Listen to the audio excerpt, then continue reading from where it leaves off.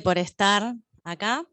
Vamos a empezar con el último panel de la conferencia regional ¿Hacia dónde va el trabajo? Informalidad, digitalización y reproducción social en América Latina. Soy Luciana Nogueira, integrante del colectivo de investigación sobre trabajadoras y trabajadores en Argentina, y esta conferencia está organizada en el marco del proyecto LATwork.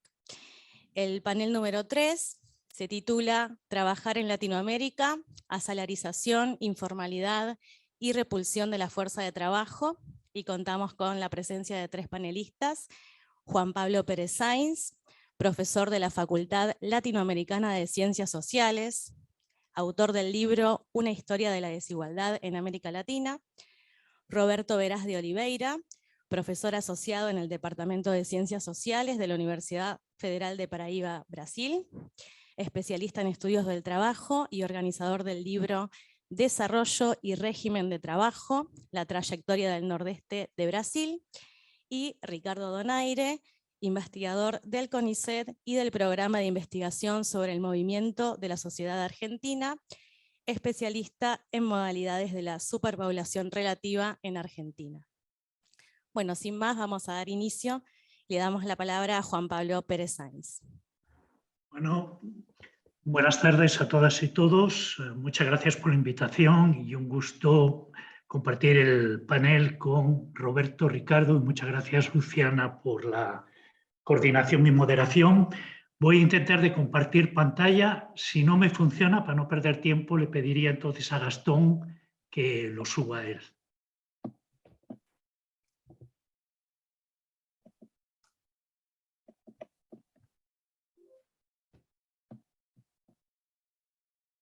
¿Se ve la pantalla? Sí.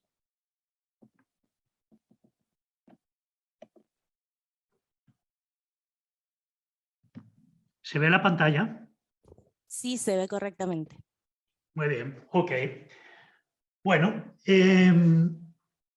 voy a comenzar con un dato y con una premisa, ¿no? El dato es que en vísperas de la pandemia, en 2019, 2/3 de la población de América Latina tenía algún tipo de conexión con el Internet, que es la punta de lanza de la digitalización.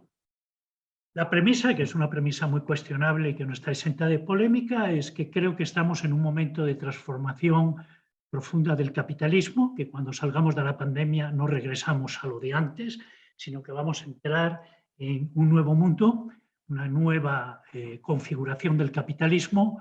No me pregunten cómo va a ser, yo no tengo dotes proféticas. Lo que sí me parece es que el proceso de digitalización está jugando un papel central en toda esta nueva reconfiguración. Pero no quiere decir que la digitalización sea un fenómeno reciente. De hecho, tiene orígenes remotos y desde finales de la década de los 40 del siglo pasado se empieza a hablar ya de tecnologías digitales que se fueron desarrollando progresivamente y utilizándose en distintos ámbitos de la sociedad, lo privado, lo público, lo empresarial, etc. Lo que voy a intentar son de formular preguntas. No me atrevo a ir más allá de formular interrogantes, esperando que sean interrogantes pertinentes, de cómo la digitalización estaría impactando los mercados laborales de América Latina, y para ello quiero hacer la presentación en 3 partes. La primera tiene que ver con los impactos sobre el trabajo asalariado, en segundo lugar los impactos sobre el excedente laboral, y si tengo tiempo, sí quisiera referirme a 2 grupos vulnerables de fuerza de trabajo que estarían afectados por la digitalización. Respecto a los impactos sobre el trabajo asalariado, se puede hablar al menos de un triple impacto: el trabajo en las plataformas digitales, el teletrabajo y, en tercer lugar, la automatización. Respecto al primero, el trabajo en las plataformas digitales, creo que tuvimos una excelente sesión previa donde se ha hablado en profundidad y con mucha propiedad sobre este fenómeno. Tengo muy poco que añadir y simplemente serían los siguientes puntos. Primero, me parece que es importante de que hablemos de plataformas en plural, porque son distintas. De hecho, hay hay diferentes tipologías para captar esa diversidad, pero el plural lo que nos dice es que estamos ante ámbitos de configuraciones de relaciones laborales que pueden tener ciertas diferencias y que, por tanto, las dinámicas de poder podrían ser distintas. En segundo lugar, algo que se repitió con mucha propiedad en la sesión anterior, normalmente son ámbitos laborales designados por la precarización. La evidencia que se tiene en América Latina sobre estudios sobre plataformas van en esa dirección, fundamentalmente en el caso de plataforma de entrega de bienes a consumidores, donde lo que se constata es la presencia de una fuerza laboral vulnerable, donde la migración juega un papel importante, sometida a jornadas laborales muy prolongadas y extenuantes para lograr ingresos mínimos. Por tanto, yo creo que la gran cuestión en relación a las plataformas digitales y su impacto sobre los mercados laborales en la región tiene que ver con la problemática de la precarización.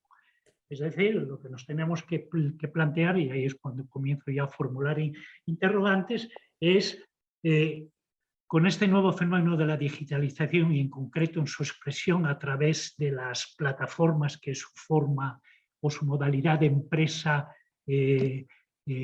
más acabada, aunque no la única, habría que preguntarse sobre las tres dimensiones que ha caracterizado la precarización como lógica neoliberal de estructuración de las relaciones asalariadas. ¿Qué es lo que va a pasar en términos de las estrategias empresariales de externalización y de subcontratación?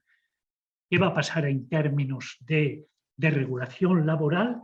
Y, en tercer lugar, cuál va a ser la adaptación y la resistencia de los trabajadores a todo este nuevo mundo. Y esos interrogantes nos llevan a plantear si lo que vamos a tener es simplemente una continuidad de la precarización tal como se estructuró durante el periodo neoliberal, o si por el contrario vamos a tener nuevas dimensiones que nos llevarían a una nueva precarización que, tomando el término que nos planteó Ricardo Antunes sobre uberización, que si no la tendríamos que llamar precarización uberizada, señalando que estamos ante una modalidad de precarización que no es idéntica a la que se dio en el periodo neoliberal. El segundo impacto en las relaciones asalariadas tiene que ver con el teletrabajo. No estamos ante un fenómeno nuevo, existía antes de la pandemia, pero la pandemia ha tenido una gran extensión, un gran desarrollo. De hecho, creo que la pandemia está actuando como una especie de laboratorio, de ensayo de este nuevo mundo que se está configurando, y creo que hay dos manifestaciones, no las únicas, muy importantes de esa centralidad que está tomando la digitalización en nuestras sociedades y en nuestra vida, que es por un lado el teletrabajo y por otro lado el teleestudio. En el caso del teletrabajo, como decía, no estamos ante un fenómeno nuevo, sin embargo, con la pandemia se impusieron características inéditas. No ha habido arreglos voluntarios, ha supuesto trabajo a tiempo completo, se ha prolongado en el tiempo, ha habido ausencia de planificación para la disposición de los recursos laborales necesarios y se ha combinado con mayor carga de responsabilidades familiares que ha recaído fundamentalmente en las mujeres. Es decir, estamos hablando de una situación de desregulación de facto, a pesar de que en ciertos países ya existía cierta normativa sobre las plataformas e incluso durante la pandemia también ha habido algunos países que las han propuesto y desarrollado. De hecho, lo que nos surgen son dos interrogantes que son, primero, ¿cuánto teletrabajo va a quedar después de la pandemia? Pienso que el teletrabajo no va a desaparecer totalmente, va a ser un fenómeno laboral importante y a tomar en cuenta, pero tenemos que ver cuál va a ser su dimensión una vez que la pandemia finalice. Y segundo, creo que es muy importante ver cómo va a ser esta dialéctica y esta redefinición de las condiciones laborales en términos de regulación efectiva versus desregulación de facto. ¿Cuál de los dos factores va a pesar más para poder configurar el mundo del teletrabajo? La tercera dimensión a tomar en cuenta en términos de relaciones asalariadas es la automatización. Se la considera que es uno de los tres componentes de la llamada cuarta revolución industrial. Hay toda una discusión sobre si realmente existe una cuarta revolución tecnológica o son simplemente productos de la tercera revolución tecnológica que seguiría todavía vigente, pero en cualquier caso estamos ante el fenómeno de la automatización, que va a significar sustitución de mano de obra. En primer lugar, lo que hay que señalar respecto a esta problemática es que hay un problema de medición en términos metodológicos, en tanto que hay al menos dos opciones para poderla abordar y poder estimar cuál va a ser el alcance de la automatización. Por un lado está el enfoque de ocupaciones, que asume que cada puesto de trabajo es homogéneo en términos de tareas. Hay distintas tipas de metodologías. Una de las más conocidas es la propuesta por Frey y Osborne. En el caso de América Latina, Junger-Beller, junto con Montero y Campbell, en 2019, aplicaron en varios países en América Latina para ver cuál podría ser la incidencia de la automatización en términos de sustitución de mano de obra y de puestos de trabajo. Aplicando la metodología original, se llegaba a una cifra realmente alarmante. 62% de los puestos de trabajo serían susceptibles de ser automatizados. Sin embargo, Beller y sus asociados replantean esta metodología en términos de la especificidad de los mercados laborales latinoamericanos, invocando justamente una de sus características claves, su heterogeneidad. Y planteando como premisa que las actividades de baja productividad escaparían justamente a la automatización. Esto implica que ese 62% alarmante bajaría hasta un 24% de las ocupaciones. El segundo enfoque es el enfoque de tareas, que cuestiona la premisa de la homogeneidad de los puestos de trabajo y se centra en el impacto de las nuevas tecnologías sobre el hacer las cosas en cada puesto de trabajo. De ahí lo que se trata es fundamentalmente de poder detectar cuáles actividades son rutinarias y cuáles no serían no rutinarias. Las rutinarias serían obviamente las susceptibles de ser sustituidas por la automatización. Se señala también que las rutinarias quedarían en el centro de la distribución salarial, es decir, correspondería a una mano de obra semicalificada, mientras que los dos extremos, tanto la mano de obra no calificada como la muy calificada, escaparían a la automatización.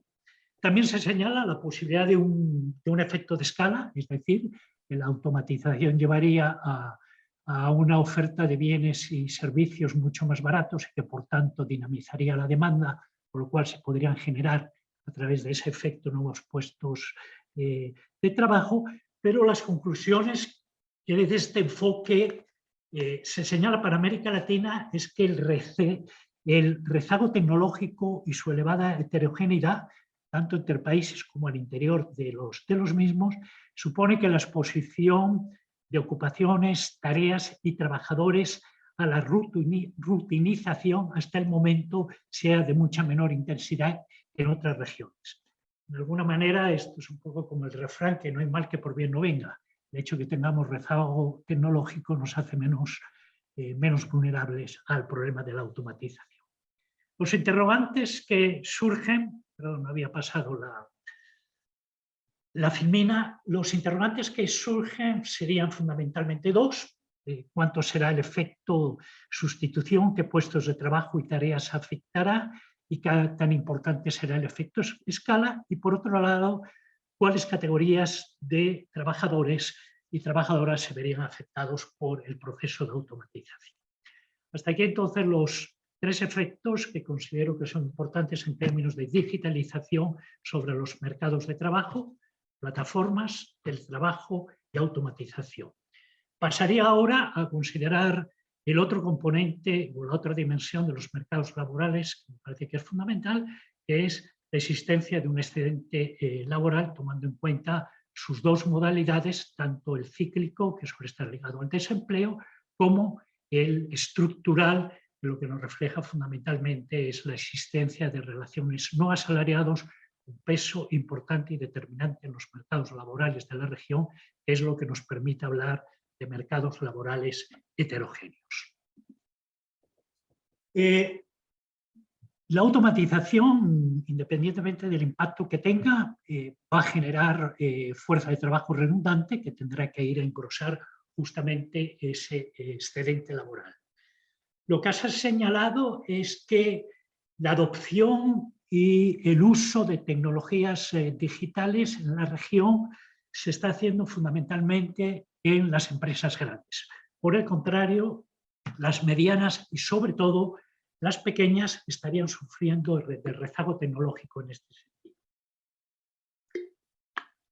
Esto ha llevado a plantear algo que me parece que es muy importante, es que estaríamos viviendo un momento, y ese sería un momento importante, de redefinición de lo que la CEPAL llamó desde hace mucho tiempo, ya desde el siglo XX, la heterogeneidad estructural que caracteriza a las economías latinoamericanas.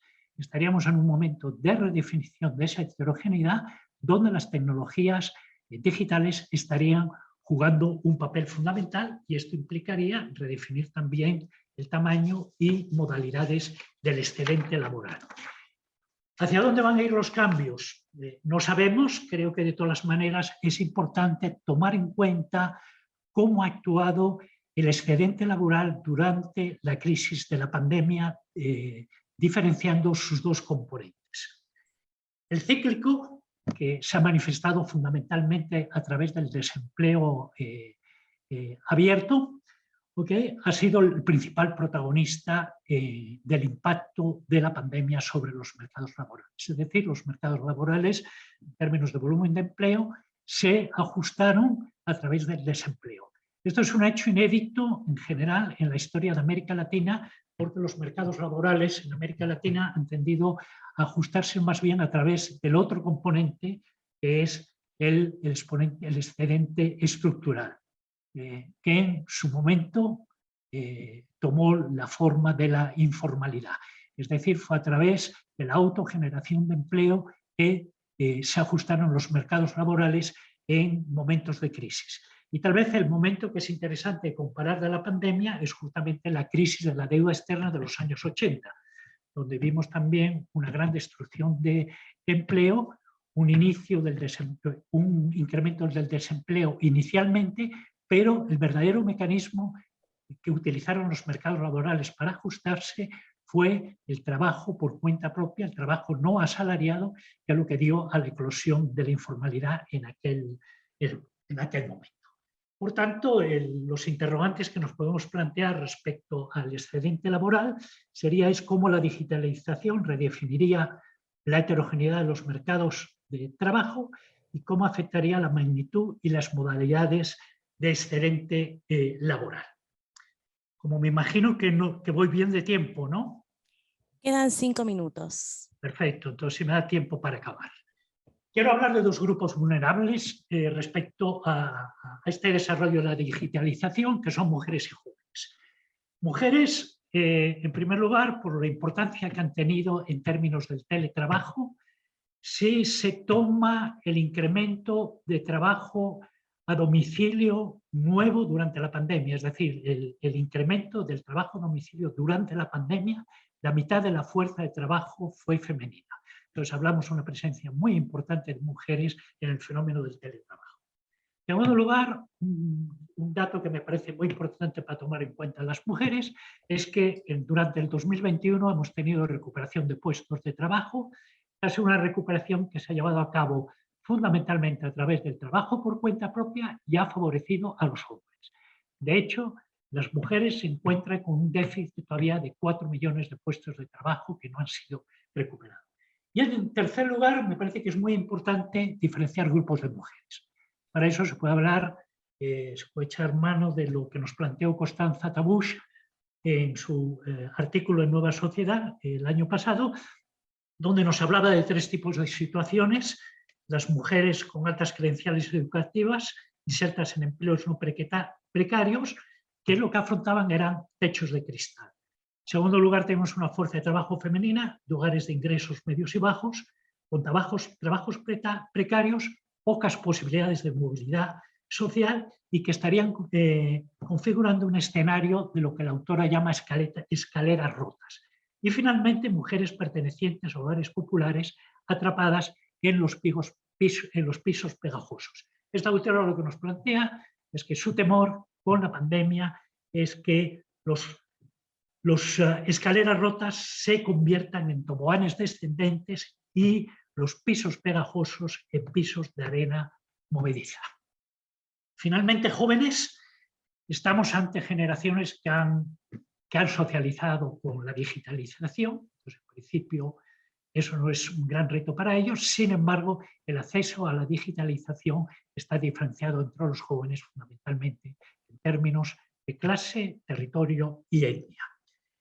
El telestudio, como le decía, ha tenido un gran impacto con la pandemia y, por tanto, ha tenido también un gran impacto sobre este grupo, y lo que se ha podido presenciar justamente es cómo las desigualdades digitales se acoplaban con las desigualdades educativas y las de clase, reforzándose mutuamente. Ahí el gran problema que hay es que para jóvenes provenientes de sectores laborales pueden ser que en el futuro estén afrontando lo que algunas instituciones han llamado una catástrofe generacional. Es decir, afronten en un futuro no muy lejano el mercado laboral con credenciales educativas erosionadas justamente porque su acceso a la educación a través del teletrabajo fue realmente deficitario. Y concluyo con los grandes interrogantes, 5. El primero, que se refiere a plataformas digitales, no se lo voy a leer porque lo tienen en pantalla. El segundo, a la cuestión del teletrabajo. El tercero, a la sustitución de la automatización. Son 3 interrogantes que tienen que ver con el impacto en el mundo asalariado. El cuarto interrogante ya tiene que ver con el excedente laboral, cómo se va a ver afectado. Y finalmente, sobre los 2 grupos vulnerables de trabajadores y la pregunta de cómo la digitalización afectará a la fuerza laboral femenina y a las jóvenes. Eso sería todo y muchas gracias.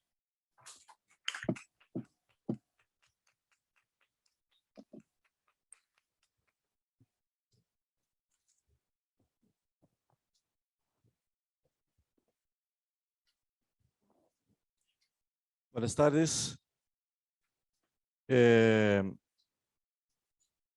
Primeiro lugar, yo me gustaría de felicitar a los y las organizadores del evento, Paula, a Mariela, a Gastón, a Luciana y todos. Y decir que también que es una satisfacción estar con Juan Pablo y con Ricardo en esta mesa.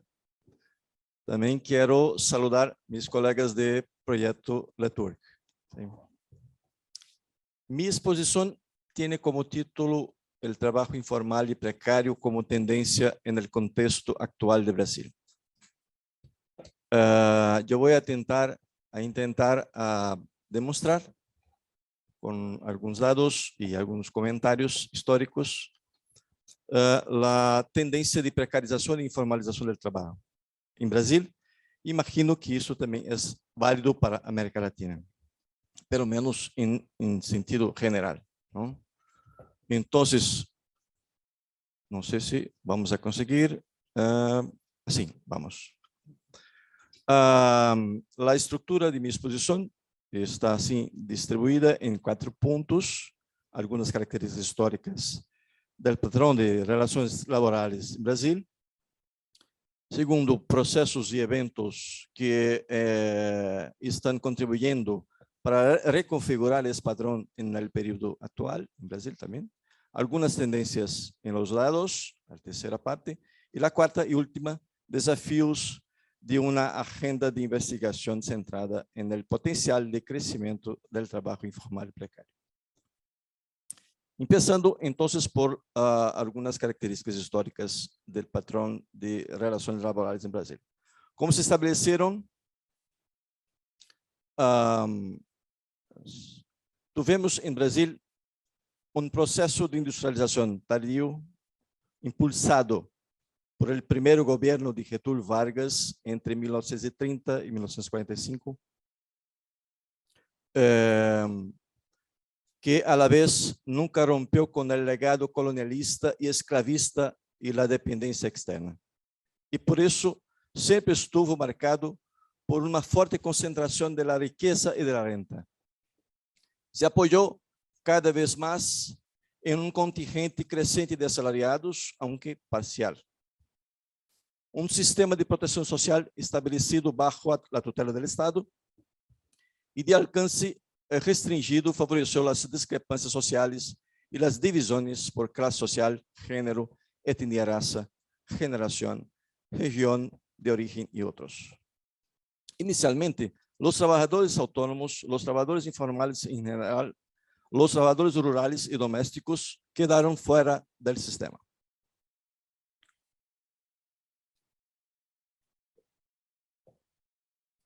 Entre 1964 y 1984, bajo una dictadura militar, se agudizaron. No sé, ¿están pasando? ¿No? Sí, sí. ¿Quién está pasando? ¿No? Puede dejar que yo Vos ya tenés. no es necesario. Pasando, No, yo, que pasar. si no, tenía que pasar. No. Si no, la sorpresa que viene después. Claro. Entre 1964 y 1934, bajo una dictadura militar, se agudizaron las características contradictorias de la formación del mercado laboral en el país.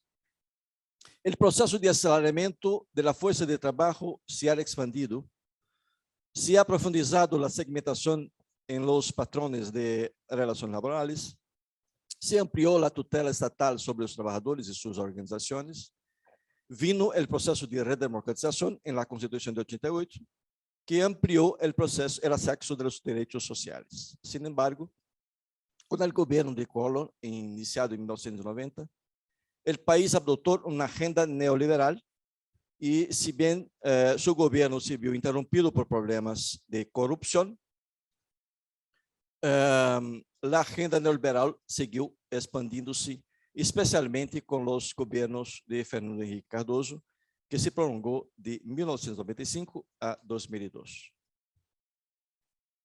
En sus dos mandatos de Fernando Henrique, aunque no logró llevar a cabo una reforma laboral más amplia, tomó sucesivas medidas de flexibilización de las relaciones de trabajo.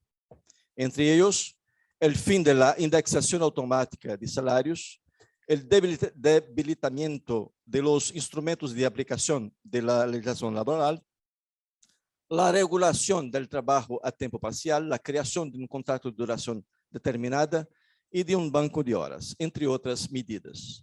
Mientras tanto, los empresarios persiguieron la flexibilización del trabajo, especialmente a través de la subcontratación. En ese momento, la caída del dinamismo económico estuvo acompañada de una caída en los indicadores de empleo e ingresos. El sindicalismo se quedó con una acción defensiva de resistencia, teniendo que lidiar con un entorno político desfavorable y nuevas condiciones de actuación derivadas de la reestructuración productiva. Los gobiernos de Lula y Dilma, de 2003 a 2015, pusieron en acción un programa centrado en la defensa social, productiva, de desarrollo, señalando un contrapunto al neoliberalismo de la década anterior. Comparando con el contexto anterior, este momento fue económica y socialmente contrastante. Los gobiernos adoptaron una política económica para estimular el crecimiento y la generación de empleo, desarrollaron políticas sociales, promocionaron espacios de negociación social, incorporaron sindicalistas en la gestión gubernamental, pero también adoptaron algunas medidas de flexibilización, como el contrato de primer empleo y la ley de simplificación fiscal para pequeñas empresas, denominado super simples. Pero los indicadores mejoraron.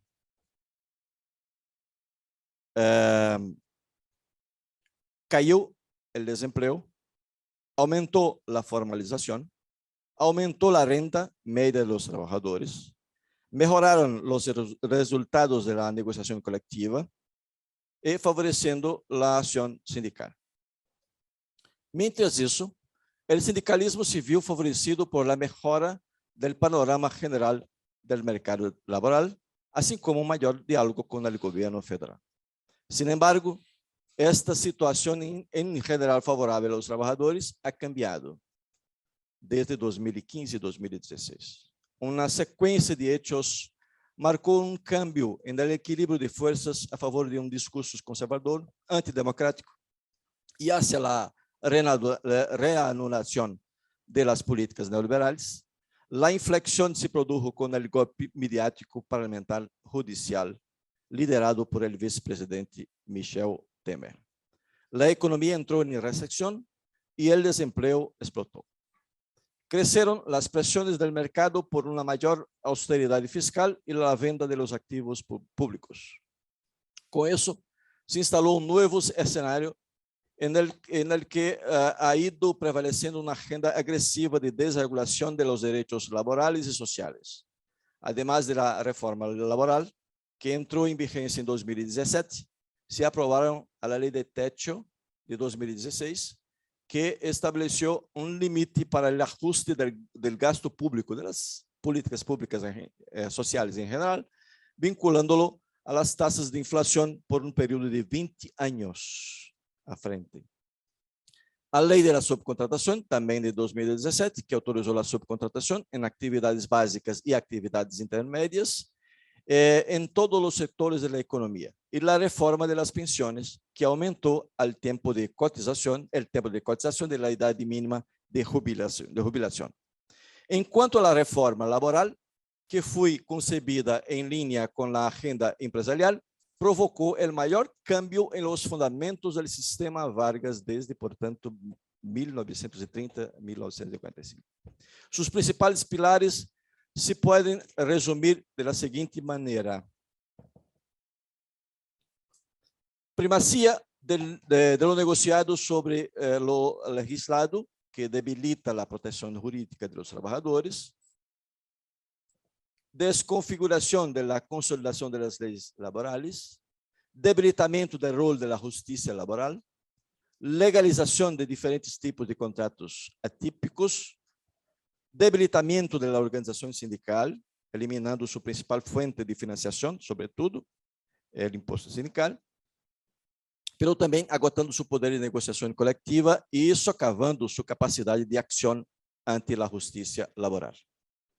Como hemos encontrado en la red de monitoramento de la reforma laboral, REMI, de la cual habló Dari en la primera mesa, una red creada para monitorar críticamente la implementación de estas medidas, después de más de 4 años, solo se detuvieron, sino que no só se detuvieron, sino que continuaram crescendo o desemprego e a informalidade, situação que se agravou aún mais com a pandemia.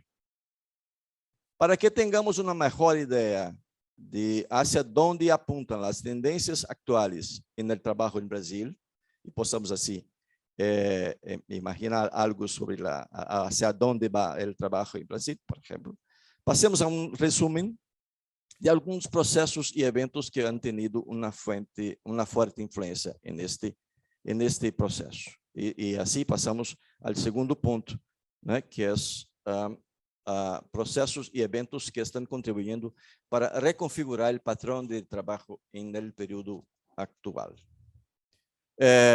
No país, há processo de desindustrialização, e se falou disso em outras mesas, e regressão da estrutura produtiva, iniciado na década de los 90, tampouco os governos desarrollistas de Lula e Dilma lograram reverti-lo de maneira consistente.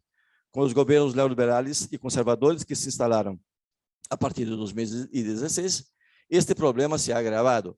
En cuanto al trabajo, sus impactos se refieren no solo al volumen de puestos de trabajo generados en la industria manufacturera, sino también al nivel de la remuneración y de la calidad de estos puestos de trabajo. Los cambios tecnológicos, el segundo, y organizacionales a través de la implementación de la economía informacional, del capitalismo cognitivo, del que se habló en otras mesas, del capitalismo de plataforma, gig economy, revolución 4.0, reforzaron viejas formas y generaron nuevas formas de contratación, ocupaciones informales y autoemprendimiento que llevan a las marcas de la condición flexible y precaria. Tercero, los cambios en el patrón de regulación del trabajo, de que hablé a poco, cobraron un gran impulso con la ley de tercerizaciones y sobre todo con la reforma laboral de 2017. Con la toma de posesión del nuevo gobierno federal en enero de 2019, se sumaron nuevas medidas que refuerzan la tendencia desregulamentadora.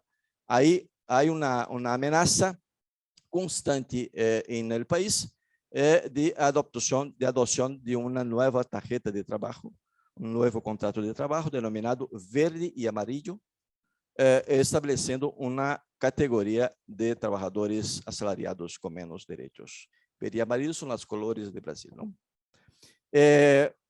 Después, un otro punto, el último, con la pandemia de la COVID-19, las medidas para contener el virus, las medidas para proteger y brindar asistencia social a los trabajadores y los procesos de reanudación de las actividades económicas tienen un gran impacto en el tema del trabajo. Pérdida significativa de ingresos del trabajo, aumento del desempleo y de población inactiva, proliferación del trabajo en la modalidad de home office, la distribución desigual del trabajo precario según género, etnia, raza, generación, etc., expansión del trabajo a través de aplicaciones, especialmente en el caso de repartidores, son algunas de las tendencias más significativas. Todo ello contribuye a un contexto que favorece la precariedad e informalidad laboral, incluso con la resistencia del sindicalismo y las formas innovadoras de lucha, como las que emprenden los trabajadores de servicios mediados por plataformas digitales. Esa tendencia ha prevalecido en gran medida. Así pasamos al tercer punto, algunas tendencias en términos de datos, ¿no? Entonces, esta primera, ¿no? Se ven bien, desde 2015, que podemos decir, hemos vivido en Brasil dos procesos recesivos, está bien indicado en el gráfico, a diferencia de los 13 años inmediatamente anteriores, la parte más, ¿no?, alta del gráfico, que con esa excepción de un año, impactado por la crisis de 2008, ¿no?, estuvo marcado por un desempeño positivo del PIB.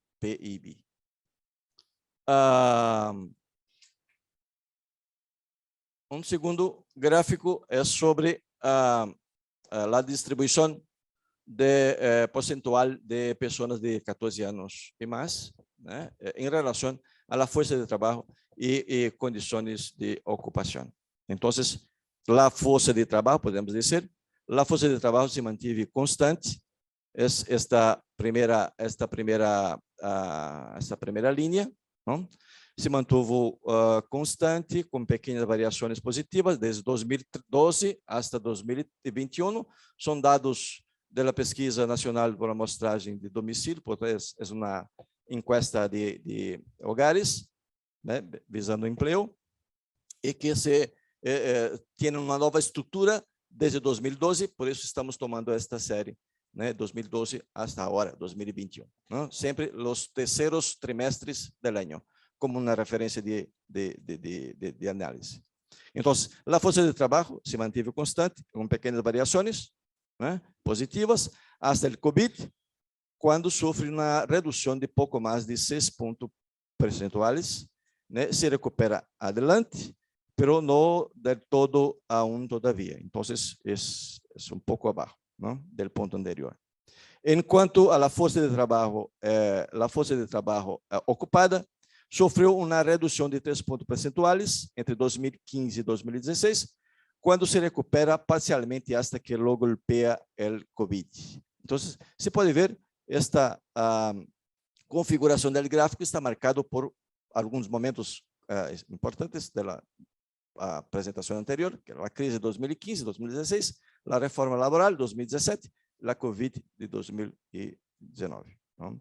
E, por último, aún sobre este gráfico, penúltimo, esto corresponde a um crescimento de mais de 3 pontos percentuais no mesmo período na força de trabalho desocupada, que cresceu 1 ponto percentual com Covid, adelante volvendo quase ao mesmo nível. No período, quase não houve cambios na população em idade de trabalhar, que é a força de trabalho.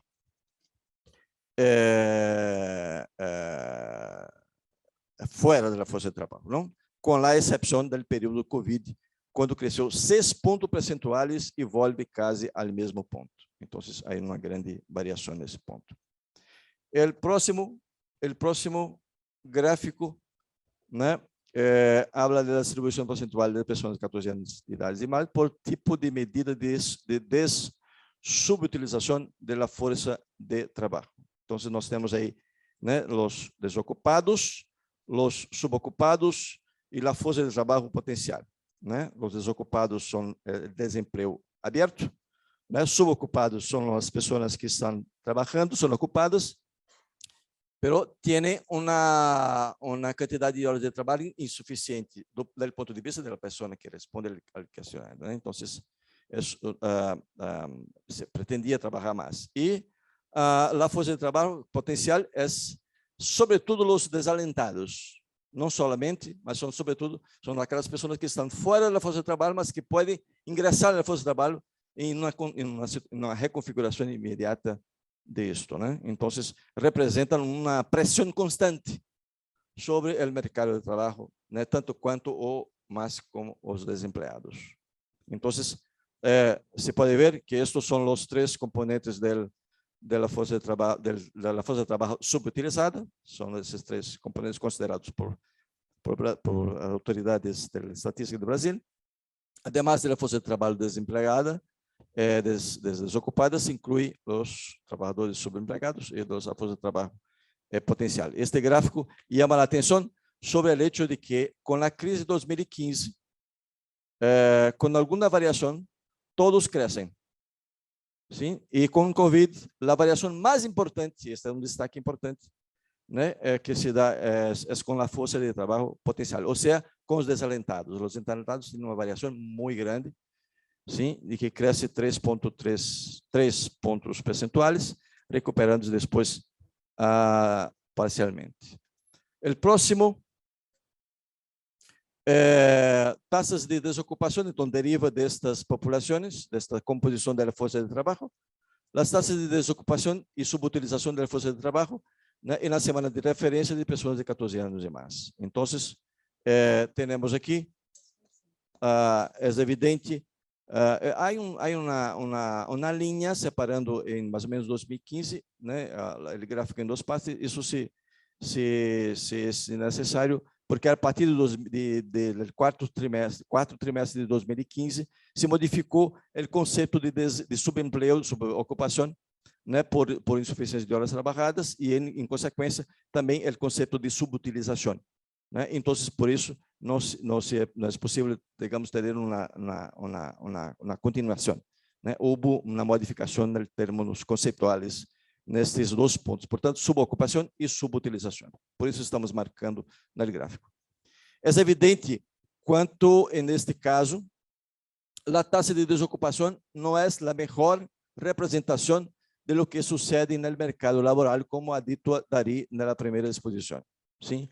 Quando, a partir da crise de 2015, a taxa de subutilização da força de trabalho seguiu crescendo, aún com certa redução da taxa de desocupação. Então, se observamos por a taxa de desocupação, podemos imaginar, né, que depois de 2015 houve um crescimento importante, mas se estabeleceu e caiu um pouco, né, como se tivesse uma situação de certa estabilidade do mercado de trabalho. E não houve isso, porque os outros indicadores de subutilização, de subocupação e força de trabalho potencial, que compõem, junto com a desocupação, a taxa de subutilização, ha mostrado que há um processo crescente, né, desta taxa, mesmo no período em que se estabiliza e que se diminui a desocupação.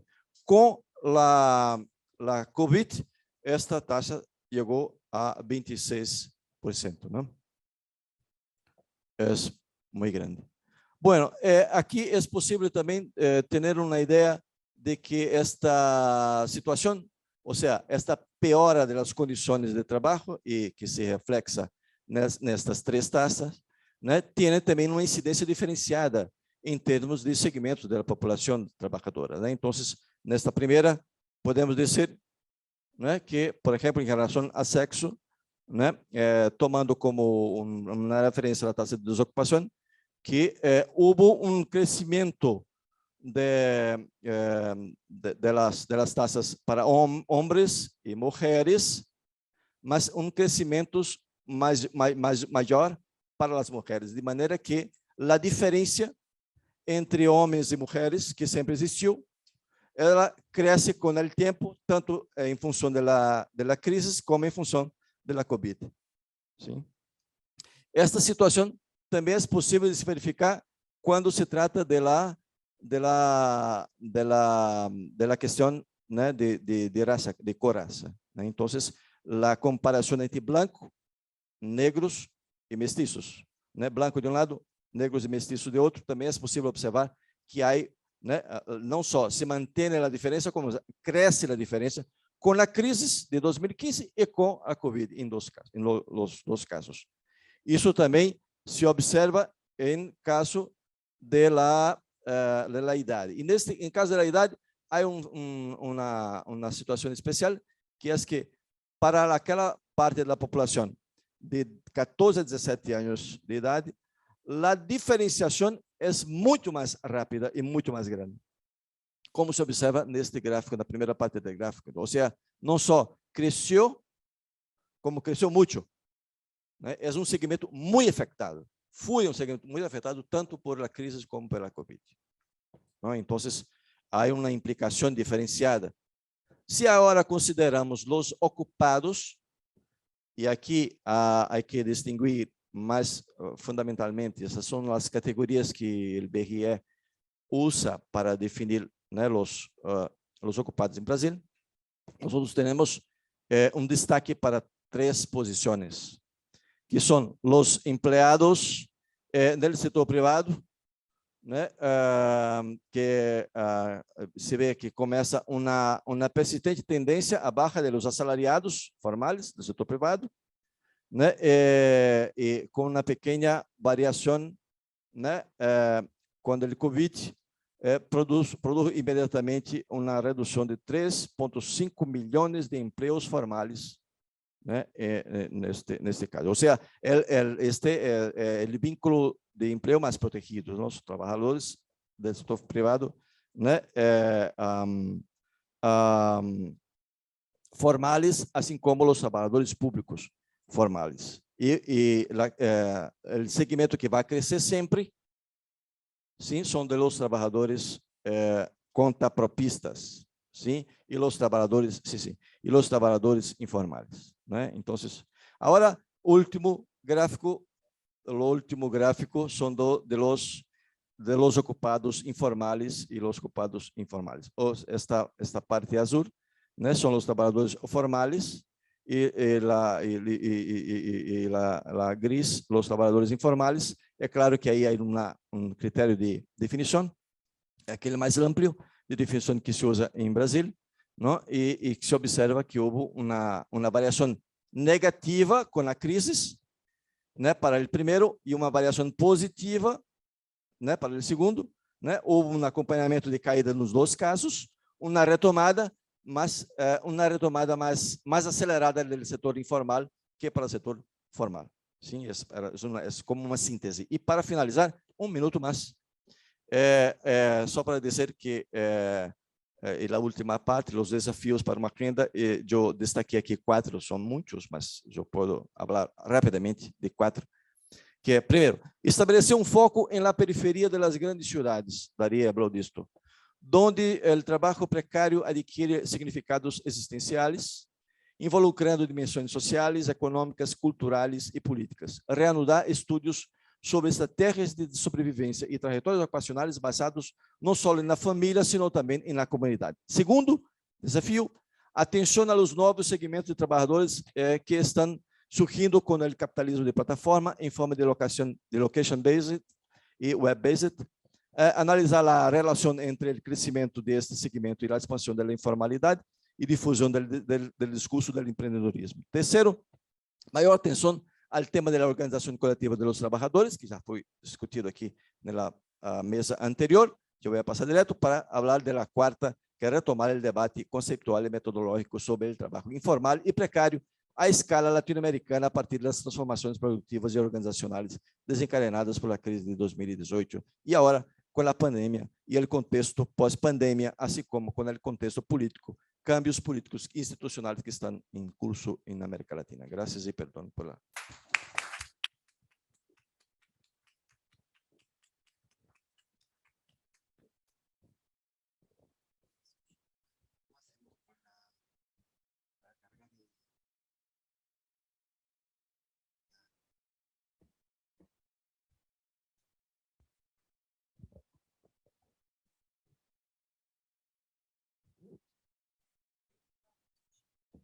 Fenomenal. Buenísimo.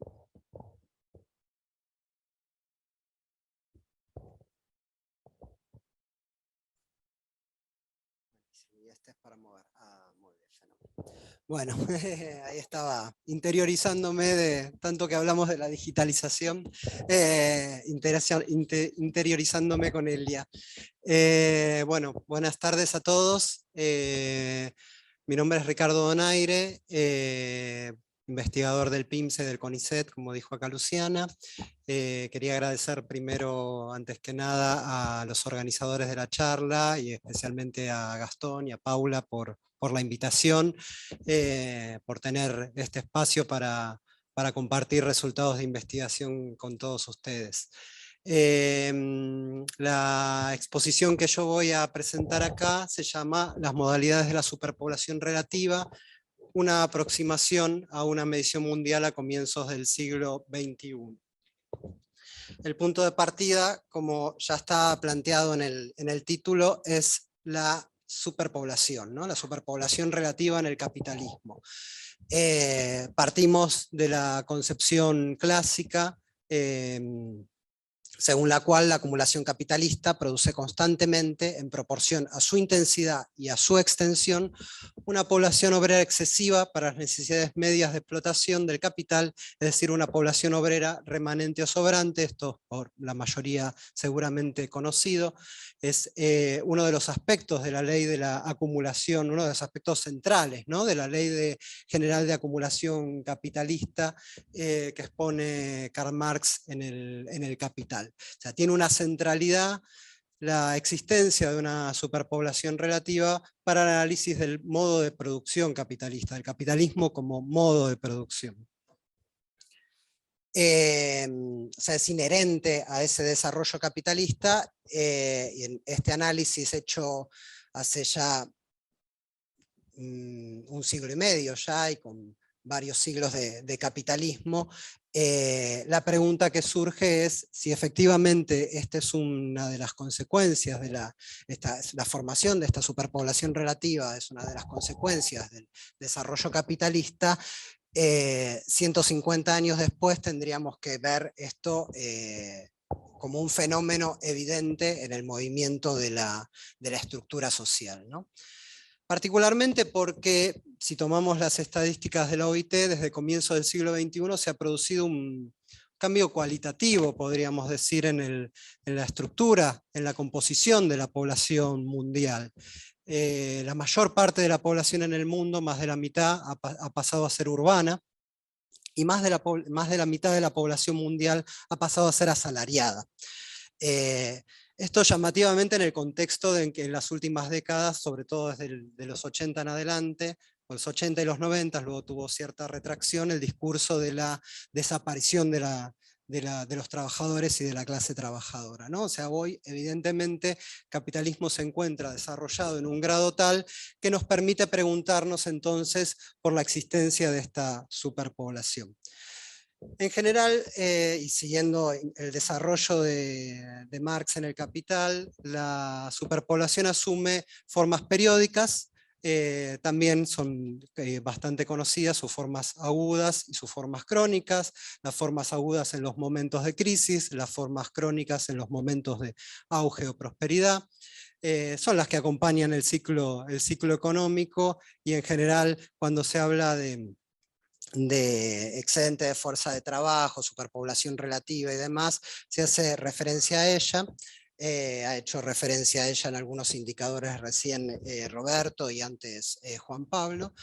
Me parece que queda más de lado, o ha quedado más de lado, el análisis en términos de las formas constantes, y por eso la necesidad o por la preocupación de centrarme en esas formas constantes en esta presentación que voy a hacer acá.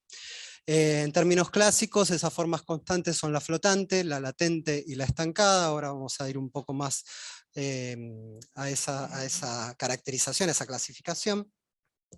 Y precisamente en este contexto de desarrollo capitalista avanzado, la pregunta de, bueno, ¿qué peso alcanza cada una de estas formas? ¿Qué composición tiene la superpoblación relativa en la actualidad?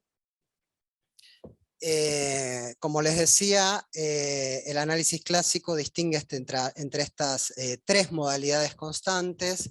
Los colorcitos son un poco para ir pudiendo seguir mejor la exposición, no solo para ustedes, sino para mí, y no perderme luego con los datos.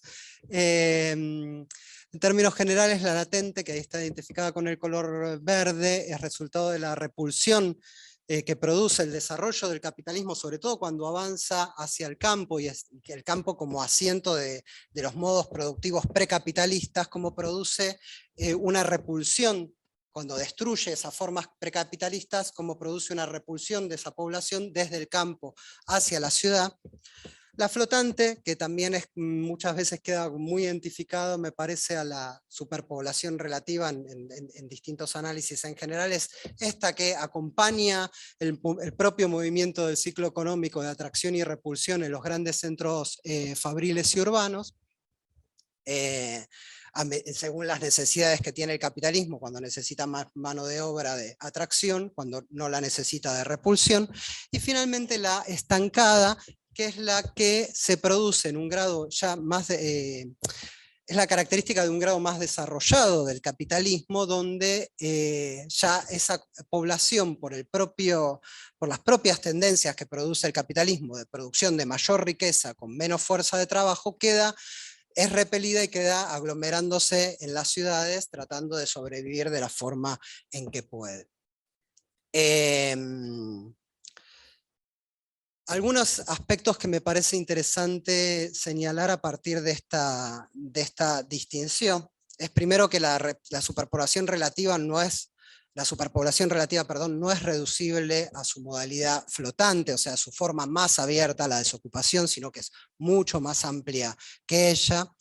Que cada una de estas formas, fíjense en la caracterización en la tabla, cada una remite a una forma particular de articulación entre atracción y repulsión de la población respecto del capital, y que la composición de la superpoblación relativa, según el peso de cada una de estas modalidades constantes, constituye en cierto sentido un indicador del grado de desarrollo capitalista. Uno puede pensar que en las primeras fases de desarrollo capitalista, donde todavía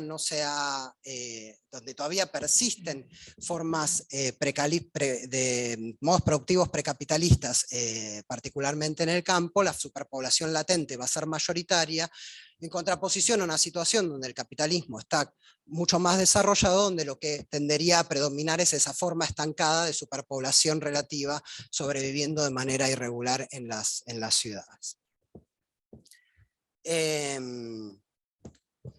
Otro aspecto que me parece importante señalar a partir de acá, y que tiene que ver ya con cuestiones más teórico-metodológicas, es que el carácter de superpoblación de una parte de los obreros no está ligado a si se encuentra ocupado o no, que es la forma más como tradicional de pensarlo, ¿no?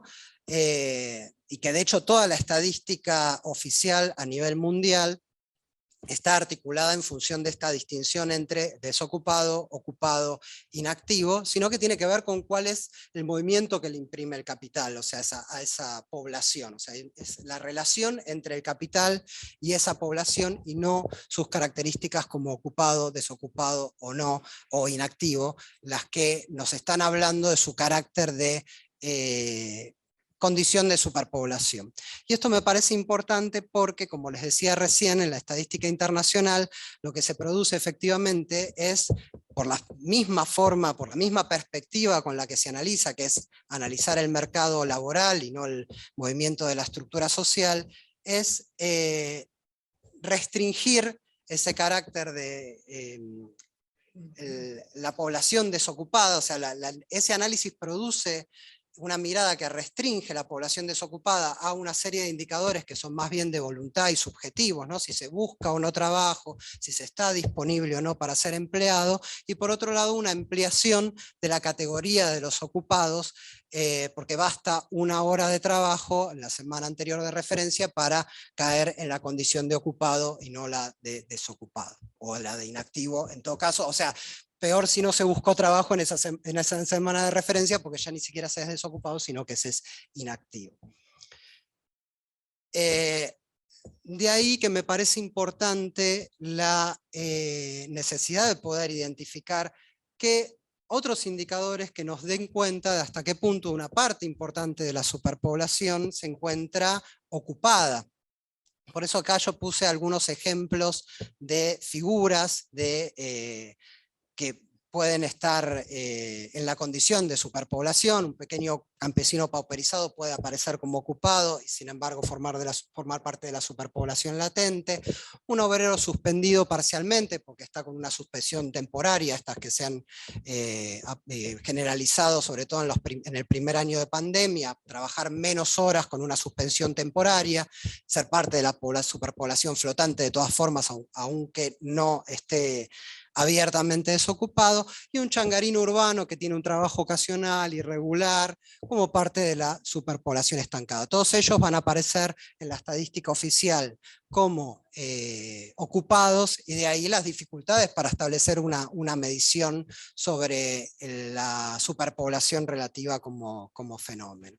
Entonces, ya yendo más a cuestiones técnicas acerca de esta medición, como les decía recién, este trabajo en particular lo que se enfoca es en tratar de identificar, o sea, y tratar de construir un indicador del volumen de la superpoblación según sus distintas modalidades constantes a partir de incorporar rasgos de esta repulsión parcial de la población ocupada, o sea, identificar algunos rasgos, o sea, por lo menos esa fue la intención al comenzar esta aproximación, de poder identificar en la población ocupada algunos rasgos de esta repulsión parcial respecto del capital que la hace aparecer como ocupada según la estadística oficial.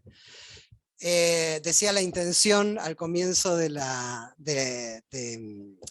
intento de establecer esta aproximación, porque uno cuenta con las estadísticas, precisamente las limitaciones que plantea la propia estadística oficial, no para la propia estadística oficial, sino cuando uno trata de analizarla desde otra perspectiva teórica, que uno tiene que poder avanzar en una clasificación exhaustiva y excluyente de distintas categorías, y a veces esas categorías con las que se encuentra, sobre todo, incluso hoy, ¿no? Donde hay una disponibilidad enorme de bases de datos a nivel mundial de distintos organismos internacionales, aún así resulta dificultosa.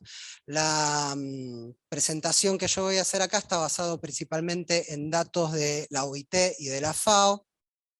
También muchas veces, muchas de las mediciones hay que compatibilizarlas, hay que homologarlas y demás, o sea, no resulta tan capaz, en la exposición parece más sencillo de lo que es construir el dato. Para el año 2016, que es para un año donde pudimos encontrar datos que nos pudieran armar esta medición en forma exhaustiva y excluyente sobre la población ocupada. Los principales indicadores, muy resumidas cuentas, para la superpoblación latente son los autoempleados en el agro, en la rama del agro. La superpoblación flotante va a remitirse a los desocupados como forma más abierta, y la estancada a los asalariados subocupados o informales. Tiene numerosas limitaciones esta medición, no quería dejar de destacarlo. En parte no hablamos habla solo de la población activa, ocupados y desocupados, no nos habla de lo que pasa con la población inactiva. Existen otras mediciones, otros intentos de medición sobre la superpoblación relativa a nivel mundial, la de, bueno, Aaron Benanab, que expuso en la primera charla, la de Nilsson y Stubbs, la de Foster y otros autores. Todos ellos incorporan la población inactiva. Yo preferí centrarme sobre todo en la población ocupada y desocupada, en la población activa, porque me permitía distinguir entre las distintas modalidades de la superpoblación relativa, cosa que por lo menos hasta donde yo sé no han avanzado estos otros autores, y no sé si otros lo han hecho. Entonces, ya para ir a la medición en sí misma, acá, bueno, en principio tenemos lo que a partir de los datos que tenemos fue posible distinguir fue entre los países de ingresos altos y los países de ingresos medios y bajos, que también retoman en general los organismos internacionales, que es la medición propia del Banco Mundial. Los países de ingresos altos en general coinciden con los países de capitalismo avanzado, la mayor parte de Europa, Estados Unidos, Norteamérica, Japón, Australia, y el resto del mundo, que serían los países de ingresos medios y bajos, y bueno, la medición mundial, ¿no? Ahí tienen las distintas franjas verde, las amarillitas y beige, y la roja de las distintas modalidades de superpoblación. Ahora voy a ir a cada una de ellas en particular. No quería dejar de señalar que ya en esta primera distinción uno puede ver la gran diferencia entre los países de ingresos altos. La columna gris oscura indica la población asalariada con ocupación plena en ramas no agrícolas, que es la mayoritaria en los países de ingresos altos, cuando en el resto del mundo no llega al 20%, a la par que la otra franja, la gris más clara, son los pequeños propietarios, o sea, los no asalariados de ramas no agrícolas, que llegan a casi un 25% en los países de ingresos medios y bajos. O sea que eso ya nos habla de 2 grados de desarrollo, por lo menos de expansión de las relaciones asalariadas en cada una de esas 2 partes del mundo. Pero vayamos ahora a cada una de las formas de superpoblación, que es el interés de esta exposición. En primer lugar, la superpoblación flotante. En la barra roja, lo que podemos ver es que en los 2 grupos de países no parece ser muy distinta el volumen, ¿no? Un 6,2% en los países de ingresos altos, un 5, un poquito relativamente menor en los países de ingresos medios y bajos. No se trata de la forma mayoritaria de superpoblación, y lo cierto es que es muy difícil de distinguirla a partir de una medición puntual, porque precisamente su característica es esta de oscilar según la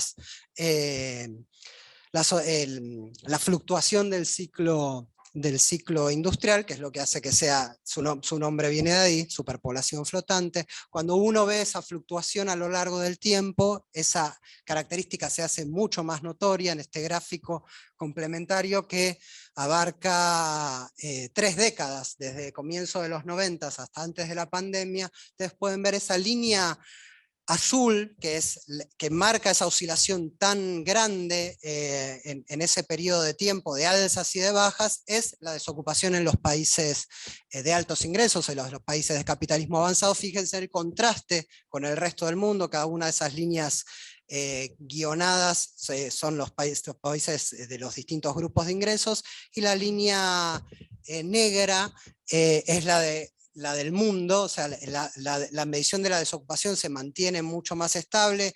Primero asciende levemente en la década del 90, se mantiene estable en contraste con esto que pasa en los países de altos ingresos, o sea, que a mayor grado de desarrollo capitalista uno puede ver más impuesto ese movimiento de atracción-repulsión, que es el propio de esa superpoblación. En cambio, la superpoblación latente, vemos muchas más diferencias entre los grupos de países, mientras que los grupos de países de ingresos altos, tal como uno puede prever teóricamente, no alcanza, o sea, alcanza el 2% de la población, es muy bajo. En el resto del mundo supera una cuarta parte de la población activa. A nivel mundial su peso no es menor, es un poco más de una quinta parte, o sea que a mayor desarrollo capitalista, mucho menor peso de esta forma de superpoblación efectivamente, como planteamos al principio en la exposición teórica. Y que uno puede esperar que se vaya reduciendo, se siga reduciendo, porque esa es la tendencia a nivel mundial, por lo menos desde el momento que tenemos estadísticas mundiales, nuevamente de la OIT. Este gráfico complementario lo que muestra es el peso de la población ocupada en el agro. Fíjense que en 1950 2/3 partes de la población en el mundo estaba ocupada en el agro. Este es un dato en parte sabido, pero en parte que me parece que se nos escapa cuando hacemos un análisis, sobre todo cuando analizamos la década del 50 y del 60, que constituirían esa edad de oro del capitalismo. Bueno, en esa edad de oro del capitalismo, 2/3 partes de la población mundial vivían todavía en el agro.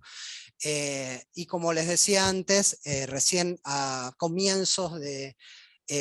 antes analizaba, la población rural y urbana, en este caso es la población ocupada en actividades agrícolas, en la década del 80 pasa a ser la mitad de la población, y en este momento estaría siendo un poquito más de una cuarta parte de la población, o sea que todavía esa forma de superpoblación latente, como nos muestra el gráfico más general, sigue teniendo presencia. A pesar del grado de desarrollo capitalista hoy en el mundo, sigue teniendo persistencia, sobre todo en esa parte del mundo donde el capitalismo tiene aún un bajo grado de desarrollo, por lo menos en extensión. Cuando digo eso, los países de menores ingresos coinciden mayoritariamente con los países de África.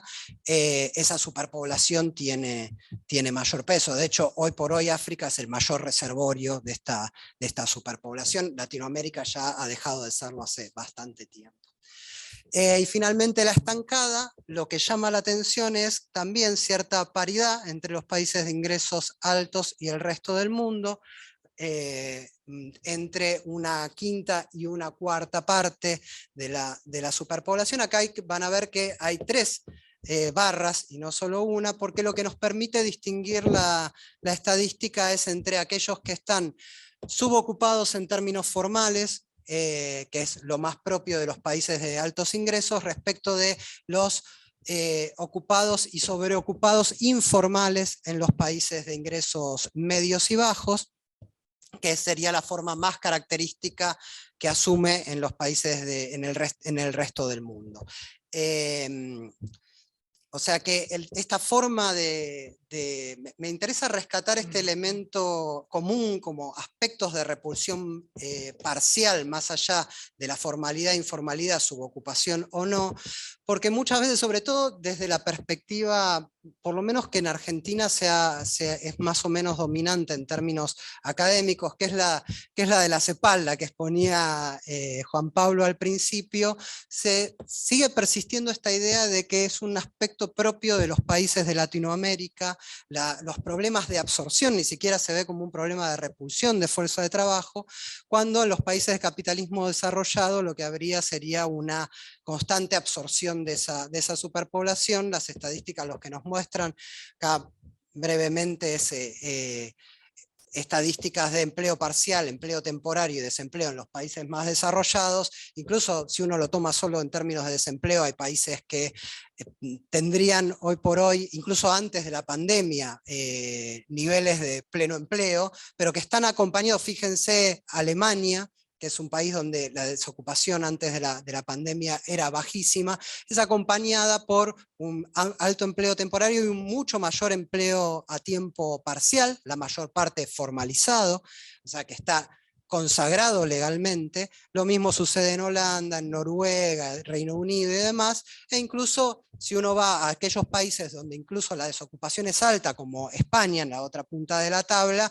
no solo hay alta desocupación, sino que también es acompañada por altos niveles de empleo temporario y de empleo a tiempo parcial. Para finalizar entonces, una imagen más sintética de esto que vine mostrando.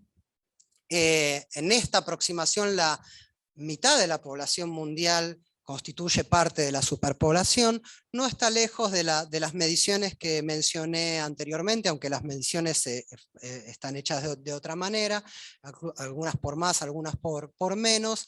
Sí me parece interesante que al poder ver la composición de esa superpoblación, vemos la persistencia que todavía tiene la superpoblación latente a nivel mundial, o sea, esto es la potencialidad que todavía el capitalismo tiene para expandirse en buena parte del mundo, casi la mitad de la superpoblación en el mundo forma parte de esta superpoblación latente, pero la otra característica que me parece importante destacar es esta generalización que tiene la superpoblación estancada en todo el mundo, y que me parece que es lo que nos lleva a una reflexión más general sobre, nuevamente volviendo a la ley de acumulación capitalista, ¿no? A la ley general de acumulación capitalista. Si el mayor desarrollo capitalista está caracterizado por esta forma de superpoblación, y esta forma de superpoblación se ha extendido en todo el mundo, ¿hasta qué punto nos está hablando de la fase que está atravesando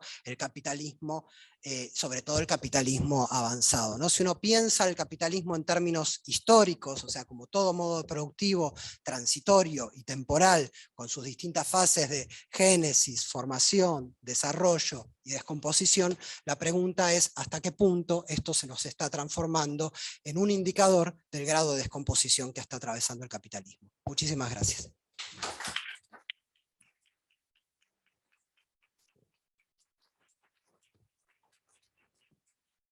Bueno, abrimos el espacio de intercambio para preguntas, comentarios. Ahí quieren hacer una pregunta.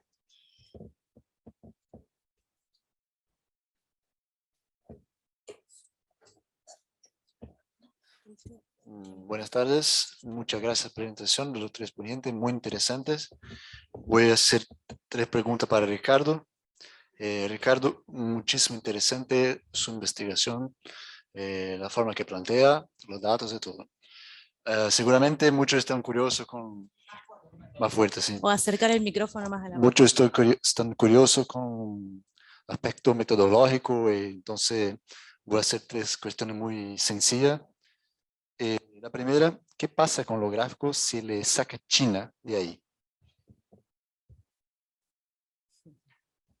Especialmente la parte del empleo latente, de latente, sobrepoblación latente. Gracias, Andrea. Qué bueno. La segunda pregunta tiene que ver con lo que hemos aprendido aquí con Paula, acerca de la reproducción social. Sí. Nos dijiste algo acerca de concentrándose en la fuerza de trabajo activa y la parte que está fuera de la fuerza de trabajo en estos esquemas tradicionales estadísticos. ¿Qué podría pasar si pensásemos como incluir ahí el trabajo de la producción social de manera más amplia? Bueno, la última cuestión acerca de la subocupación, esta es muy metodológica. ¿Fue considerado apenas el tiempo o se podría pensar también como los ingresos para definirse de hecho? Seguramente en los informales los ingresos hace falta, podría cambiar, pero para comparar un poco los países de diferentes ingresos. Muchas gracias por la presentación.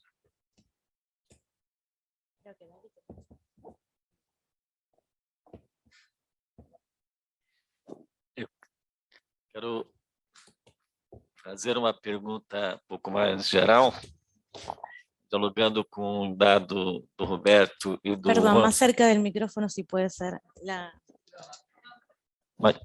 Tá, graças.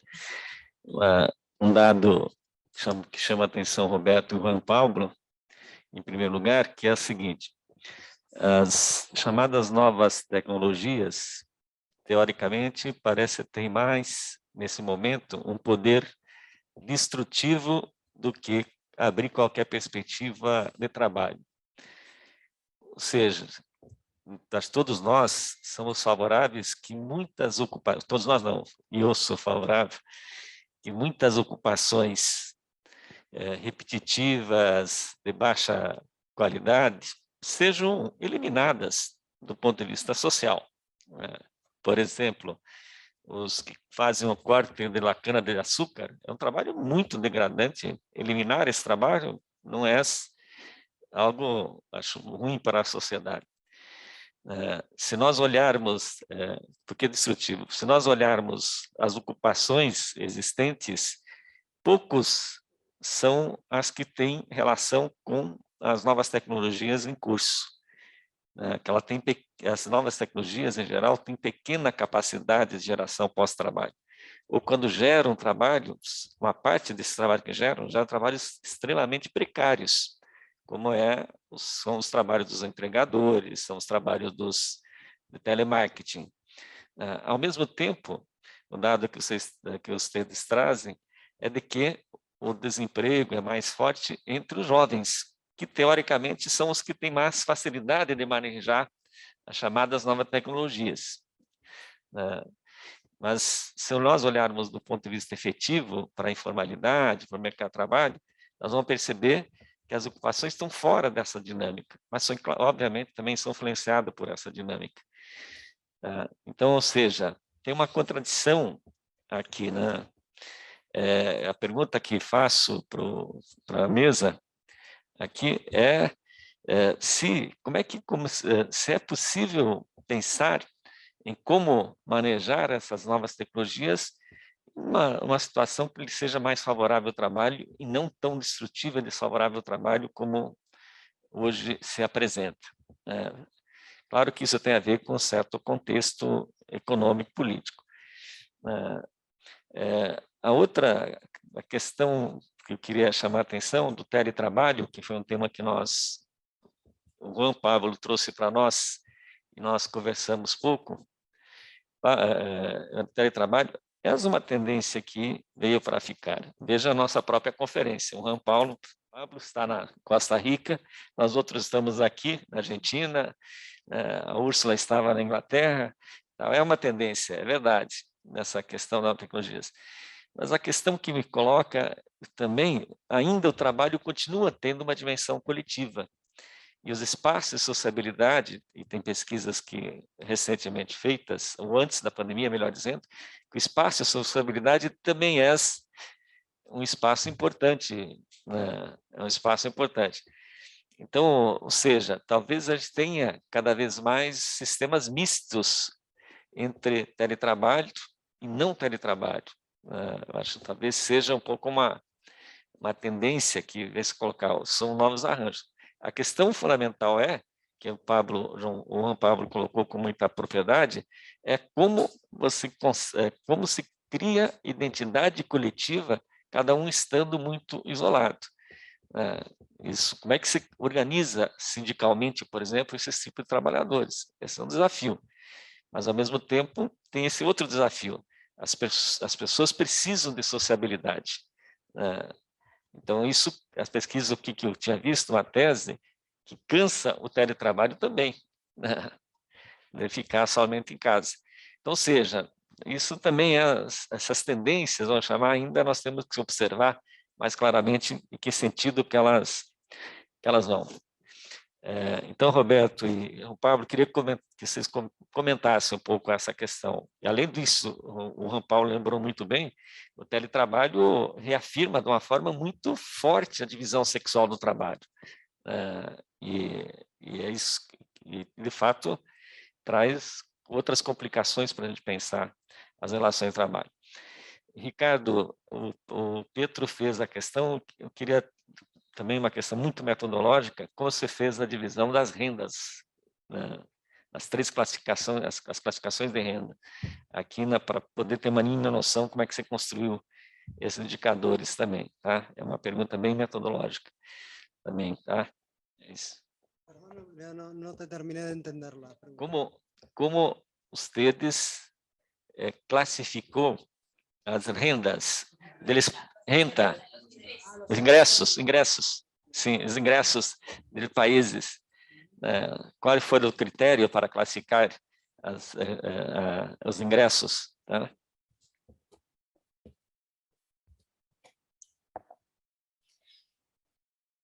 Bueno, felicitaciones a los expositores. Más que una pregunta, un pedido de puntualización para Juan Pablo específicamente. Me pareció muy interesante la división, o mejor, como la segunda etapa que plantea del proceso de precarización. El profesor señaló una primera etapa del proceso de precarización, a la que, si no recuerdo mal, la llamó más asociada a los procesos vinculadas al neoliberalismo, y una segunda etapa que plantea la precarización uberizada. La pregunta refiere a si podría centrarse fundamentalmente cuáles serían los elementos más distintivos de una de las dos etapas, que difiere o que marca las diferencias entre la primera y la segunda etapa del proceso de precarización.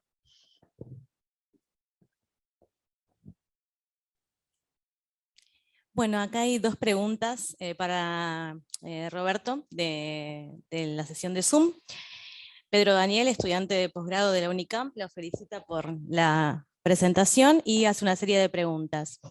¿Tienden a cambiar los conceptos de formalidad e informalidad, dado los procesos de desregulación del mercado laboral? Por ejemplo, con la introducción de formas precarias de contratación en la ley de contrato de trabajo brasileña, como el trabajo intermitente. Lo que era ilegal se vuelve legalmente aceptado. ¿Cómo entender los conceptos de formalidad e informalidad en este contexto de legalización de formas precarias de trabajo?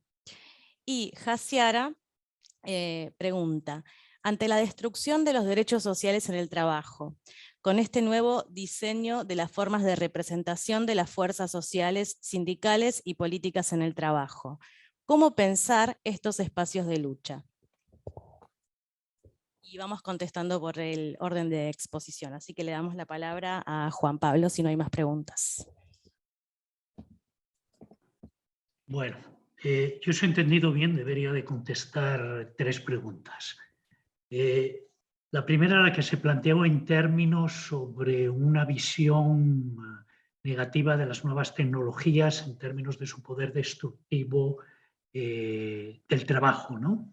Creo que con la digitalización, con las tecnologías digitales, pasamos de un primer momento de euforia utópica, es decir, el Internet, las tecnologías digitales nos van a resolver la vida, van a propiciar una democratización desde abajo, etcétera, etcétera, a un segundo momento de pesimismo distópico, que sería un poco lo que estaría reflejando ese poder destructivo de las nuevas tecnologías. Yo la respuesta que intentaría dar es que, bueno, cuando hablamos de tecnologías digitales, creo que nos deberíamos de mover a hablar más bien de procesos de digitalización, en el sentido que el uso de las tecnologías tiene un impacto en la configuración de las relaciones sociales. Dicho de otra manera, el uso de las tecnologías tiene lugar en un espacio y campo de poder y va a depender de las relaciones de poder de que esas tecnologías favorezcan o no favorezcan. Digamos, el panorama por el momento no es muy optimista a favor de los trabajadores, pero eso no implica que estemos ante un determinismo tecnológico de que este tipo de tecnologías necesariamente tienen que ser destructivas respecto al trabajo. La segunda pregunta, que me pareció creo que muy pertinente, sobre la cuestión de la necesidad de sociabilidad en el trabajo y cómo justamente el teletrabajo en alguna manera la cuestiona y la erosiona, estaría totalmente de acuerdo con lo planteado. Creo que forma parte de una estrategia de control por parte del capital sobre la fuerza de trabajo a través del aislamiento doméstico, del confinamiento en la casa, no solamente la pandemia confina, sino también del trabajo y el estudio. Y yo diría que es una estrategia de fragmentación territorial, ¿no?, del capital sobre el trabajo, que lleva en alguna manera a cuestionar eso que Marx consideraba el trabajador colectivo y que se daba justamente a través de la configuración de la fábrica. Y en tercer lugar tendría la pregunta sobre las características de la precarización en las dos etapas.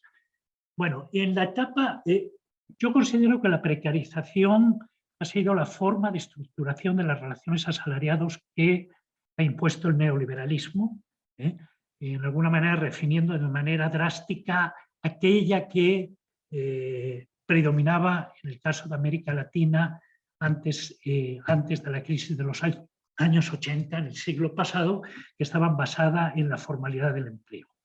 La formalidad del empleo es cuestionada en esa crisis y ahí el neoliberalismo impone la precarización como lógica de estructuración de las relaciones asalariadas, y de esa lógica se pueden distinguir tres componentes. El primero es la de las estrategias empresariales que tuvieron que ver con externalización y de la externalización de las tareas intensivas en trabajo, en mano de obra, y su posterior subcontratación, ¿no? Esto es una respuesta a toda la apertura comercial que imponen los procesos de ajuste estructural. En segundo lugar, tenemos los procesos de desregulación que llevan a cabo los estados, también a partir de los procesos de ajuste estructural, donde no solamente es una cuestión de cambio normativo, sino también muy importante es la desregulación de facto, ¿no? En el sentido de que dos derechos básicos de los trabajadores, como es el derecho a la asociación sindical y el derecho a la contratación colectiva, son de manera permanente irrespetados. Y estos son dos derechos sobre los cuales se montan el resto de los derechos laborales. Y finalmente tenemos un problema de crisis de acción colectiva por parte de los trabajadores que se refleja en la crisis del sindicalismo, pero que esto no quita la posibilidad de resistencia por parte de los trabajadores. Hasta aquí el neoliberalismo. ¿Qué nos viene ahora? Yo no les sabría decir. Lo que estoy planteando en mis preguntas es que tenemos que ver qué está pasando con estas tres dimensiones de la precarización para ver si lo que hay es una continuidad de lo que ya impuso el neoliberalismo, si hay una profundización o si puede haber cambios cualitativos que nos hablarían de una nueva precarización, y ahí es donde se me ocurrió utilizar, habiendo oído a Ricardo Antunes, la precarización uberizada como una expresión del nuevo orden, esto se llama capitalista, o por el contrario, estamos ante cambios que lo que nos están diciendo es que debemos de pensar nuevas categorías analíticas.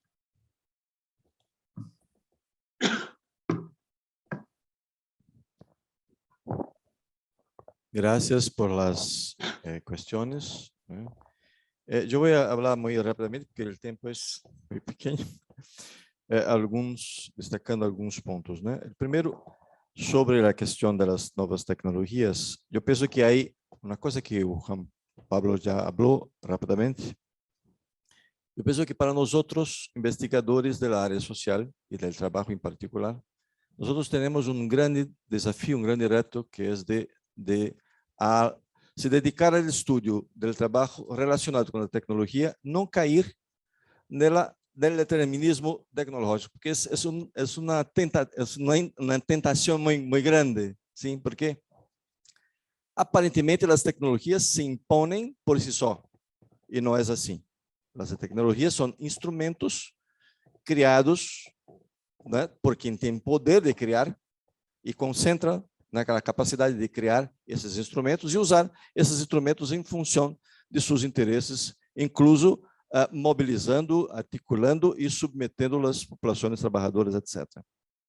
Claro, Este movimento de submeter, de utilizar isto como recurso para reconfigurar o processo produtivo a seu favor, é processo de luta social e que se estabelece numa correlação de forças. Portanto, depende de como os trabalhadores se organizam, de como compreendem o processo, de como se resistem a isto, né, como se organizam para, inclusive, influenciar sobre o uso destas.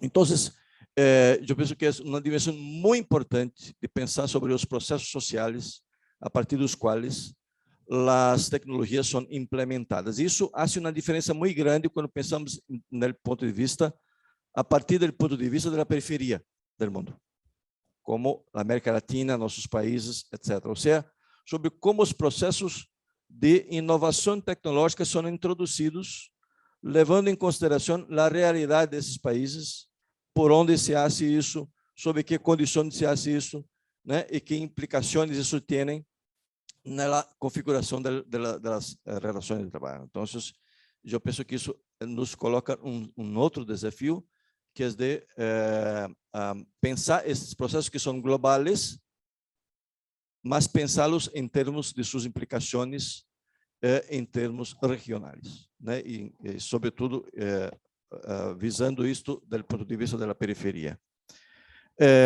Em relação ao teletrabalho, e aplicando esta noção de pensar isso em termos sociais, o teletrabalho é uma tentativa, né, de submeter, e Ricardo Antunes falou de uma subsunção real, né, que se agrava, que se aprofundiza, não? Mas é claro que isso depende da capacidade de organização. O que se vê é que, especialmente com a Covid, né, houve uma situação muito desfavorável para os trabalhadores, né, que tiveram que se submeter a esta situação. Não? É claro que isso também se refere a determinados segmentos de trabalhadores. Nem todos os trabalhadores são passíveis de serem submetidos à condição do trabalho, do teletrabalho. Isso também vai depender da situação, do tipo de ocupação, né? Sobre a questão formalidade e informalidade, eu penso que é importante considerar que esta distinção, que é uma discussão clássica na literatura, nos estudos do trabalho e dos processos produtivos, etc., na América Latina, especialmente, né, dos mais importantes problemas, do ponto de vista da interpretação do fenômeno, é a questão da segmentação, do dualismo entre uma coisa e a outra. Então, pensar isso como coisas separadas, como sector, né, como se estabeleceu no âmbito da OIT, é grave problema, porque há uma interação muito forte entre os processos produtivos e a questão da integração dos processos produtivos, sobre como isto acontece, né, como se estabelece e como isso involucra os trabalhadores e os tipos de relações de trabalho que isso implica, né, em minha opinião, a parte mais importante a se estudar, ou seja, os nexos, as conexões entre os sistemas produtivos, de maneira que os fluxos entre formal e informal, e ter isto como uma dinâmica muito mais complexa, é o desafio de los estudos, não? Por último, a questão que se pôs dos assistentes, sobre a questão da luta, eu penso que há aí uma questão muito central, ou seja, a organização coletiva de los trabalhadores está historicamente associada com o trabalho assalariado e o trabalho formal. Ou seja, o sindicalismo, que é a principal expressão disso, né, reuniu toda a capacidade de organização dos trabalhadores no mundo, em termos mundiais, no centro, sobretudo, mas também em países da periferia. Em um contexto em que o trabalho formal e precário cresce, não só na periferia, mas também no centro do mundo, desafia a los trabalhadores a pensar sobre como vão continuar o processo de organização, ou seja, sobre o lugar e a importância de la organización de los trabajadores informales como posibilidad de intervir en el futuro del trabajo. O sea, para dónde va el trabajo va a depender mucho, no solamente de las estrategias empresariales, inclusive de uso de tecnología, para reconfigurar el proceso productivo, como decía antes, mas também da capacidade de organização dos trabalhadores. E, neste ponto, desafio fundamental é pensar sobre a capacidade de organização dos trabalhadores, entre comillas, inorganizáveis historicamente, ou seja, os trabalhadores informais, autônomos, etc. Então, essa é uma questão central, né, para o futuro da organização dos trabalhadores e o futuro do trabalho. Gracias.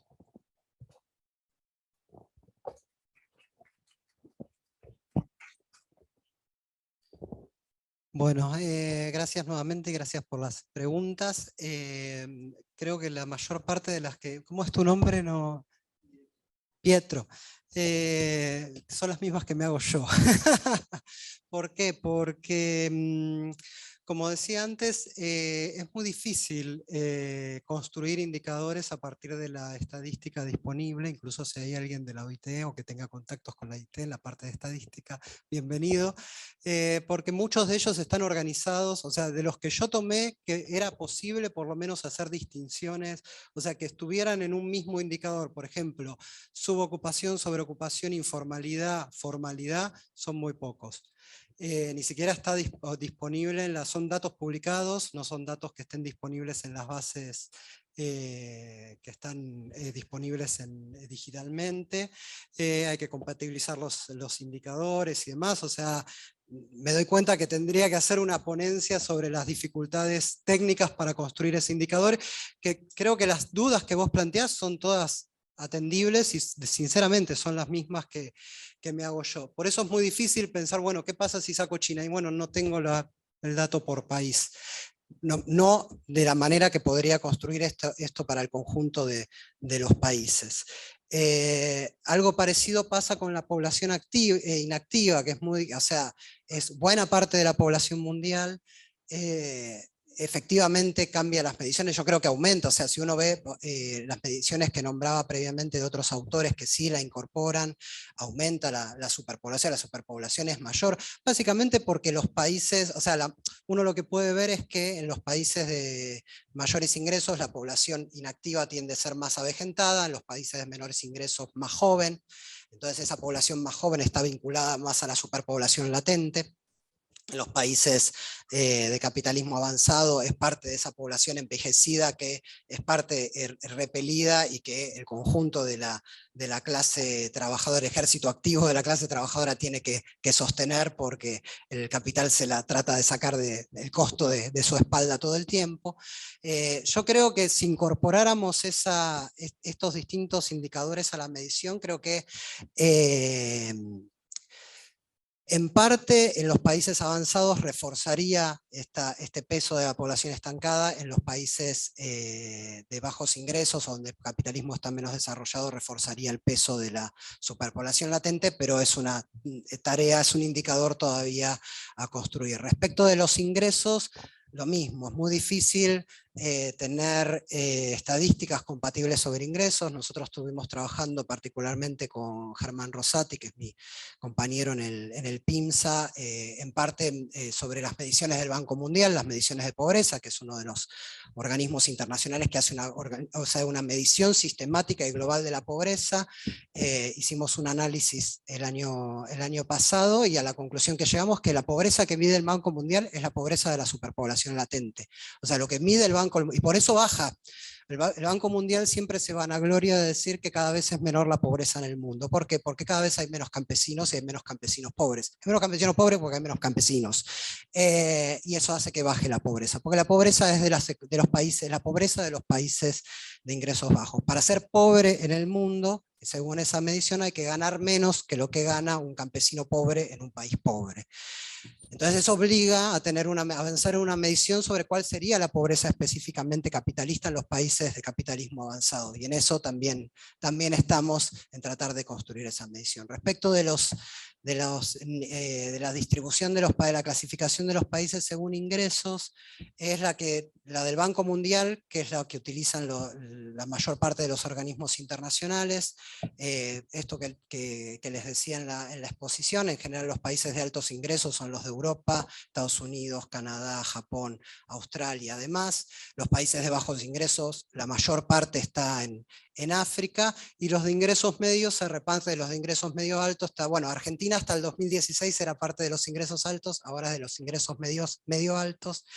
También allí están Brasil, México, China. Y entre los países de ingresos medio bajos tenés países como Egipto, por ejemplo, o Bolivia. Los países de ingresos bajos son Ruanda, Haití, Afganistán. Pero es esa la clasificación. Nos movemos siempre dentro de los límites que nos permite la clasificación de las estadísticas existentes, que son límites bastante concretos. Y para salir un poco de lo más técnico y metodológico, quería también hacer una reflexión sobre la pregunta respecto de cómo hacerlos más favorables, todos estos cambios, cómo hacerlos más favorables, no sé si para el trabajo, por lo menos para la clase trabajadora. Y realmente yo destaco en la ponencia la centralidad de la cuestión de la temporalidad, del modo de producción capitalista como transitorio, porque creo que esto no va a ser favorable si no cambiamos de sociedad, sinceramente lo digo. Y creo que estamos tan acostumbrados a pensar que el capitalismo es infinito. Nos acostumbramos mucho. Yo soy de una generación que se formó con esa idea, que venía con el lastre de esa idea.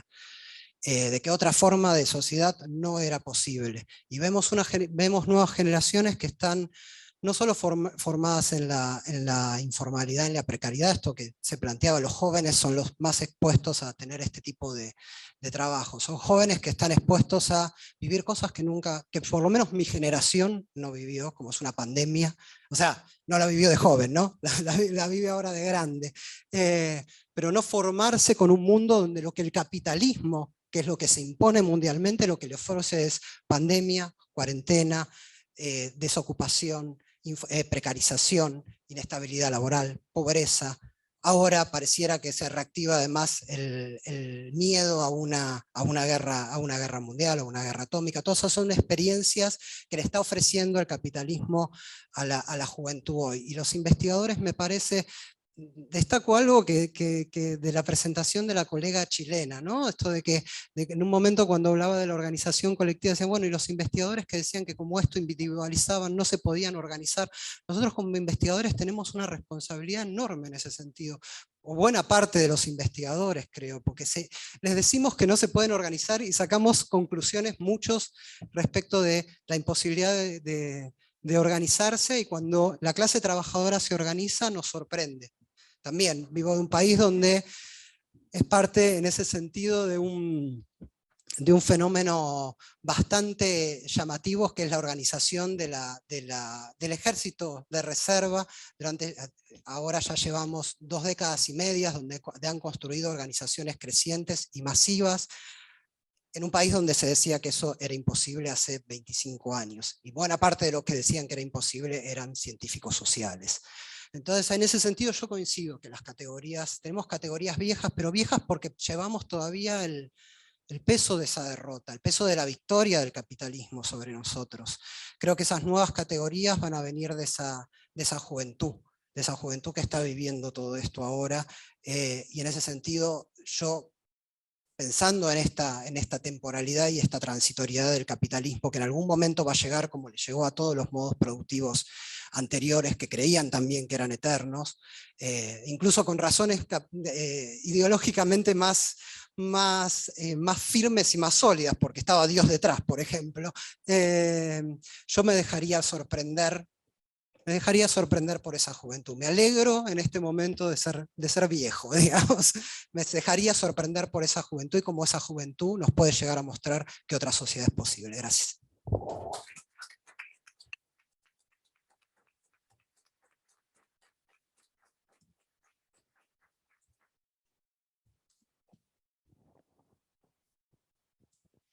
Bueno, yo hacer un brevísimo saludo final, agradecer nuevamente a todos los panelistas, los de hoy a la mañana, los de esta tarde. Agradecerle también muy especialmente a Fernanda y su equipo de intérpretes que hicieron un trabajo espectacular en el primer y en el segundo panel.